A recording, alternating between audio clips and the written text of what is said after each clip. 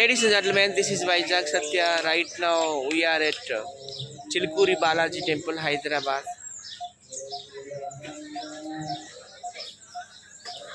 చిలుకూరి బాలాజీ టెంపుల్లో 108 సార్లు తిరిగితే ప్రదక్షిణాలు చేస్తే మనం ఏం కోరుకుంటే అది అవుతుందంట. అలాగే చిలుకూరి బాలాజీ టెంపుల్ ప్రధాన అర్చకులు రంగరాజన్ మీద మొన్న ఏప్రిల్ 7వ తారీఖున కొంతమంది దుండగులు దాడి చేశారు. హిందూస్ లాగా ముసుగేసుకొని వచ్చారు. సో ఆయన్ని పరామర్శించడానికి వచ్చాము. ఇప్పుడే ఆయన కలిసాము సార్ని.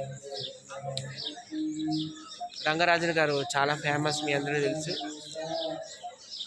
నోబెల్ అవార్డు విన్నర్ దలై మామ కూడా పరామర్శించారంట. సో అంతటి గొప్ప వ్యక్తి ఆయన.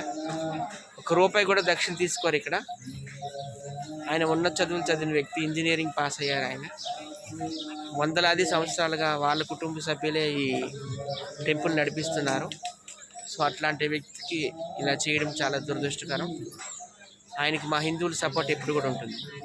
అలాగే మా హిందువుల సపోర్ట్ కూడా ఎప్పుడూ ఉంటుందండి. కానీ బ్రాహ్మణులు ఎప్పుడు కూడా మనం దూషించకూడదు, చేసుకోకూడదు. చాలా కర్మ అనిపిస్తుందండి. అలాంటిది అందరూ మాకు తెలిసింది. సత్య తీసుకొస్తే నేను సత్య వచ్చామండి, ఇంకా నలుగురు వచ్చాను. ఆయన బ్రాహ్మణుడు అయ్యుండి కూడా ఎస్సీ ఎస్టీ వాళ్ళని కూడా చాలా గౌరవిస్తారు ఆయన. ఒక దళితుడిని కూడా ఆయన భుజాల మీద వేసుకొని మోసిన సందర్భం కూడా మనం చూసాము.